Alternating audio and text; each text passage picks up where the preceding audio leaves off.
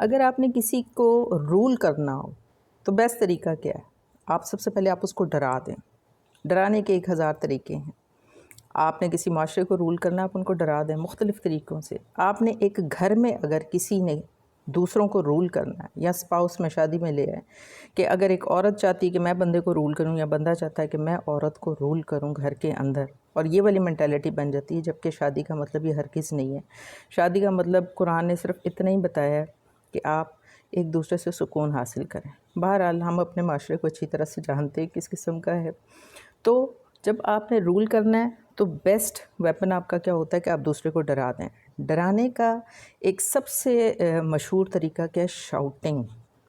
Shouting ایک بہت بڑا طریقہ ہے، مختلف کی جاتی ہے۔ معاشروں کو ڈرانے کے لیے بھی مختلف طریقوں کی شاؤٹنگ کی جاتی ہے، لیکن گھروں میں اگر کوئی ایک بندہ زیادہ پاورفل ہے، موسٹلی مین پاور زیادہ، فزیکلی بھی زیادہ پاورفل ہوتے ہیں، اور چونکہ وہ شادیوں کے بعد اپنے گھر، اپنے قلعے نہیں چھوڑتے، اپنا خاندان نہیں چھوڑتے، لہٰذا وہ ایک جو فزیکلی لیس پاورفل ہوتی ہے، اسپیشیز ہوتی ہے، انسان ہے دوسری، وہ اس کے گھر میں جب آتی ہے تو اس کی پاور بہت کم ہو جاتی ہے۔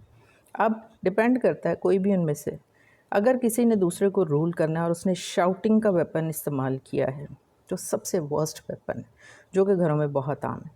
شاؤٹنگ کرنے کا مقصد یہ ہوتا ہے کہ دوسرا بندہ اتنا زیادہ ڈر جائے کہ ڈرنے کے بعد وہ کوئی جائز سے ترین بات بھی دوسرے کے ساتھ نہ کر سکے۔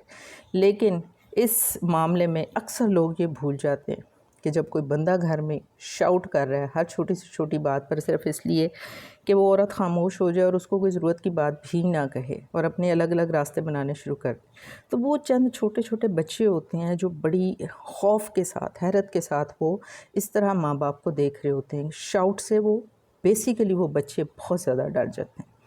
اور دوسرا، وہ ماں جس نے ان بچوں کی پرورش کرنی ہے، اگر وہ خود ماں ڈر جائے گی تو وہ بچوں کو بہادر کیسے بنائے گی، ان کی پرورش ایسے کیسے کرے گی؟ زیادہ سے زیادہ وہ یہ پرورش کرنا شروع ہو جاتی ہے کہ بچوں کے مائنڈ جو ہے نا اس بندے سے بدلہ لینے کے لیے ان کے خلاف، موسٹلی گھروں میں ایسا بھی ہوتا ہے۔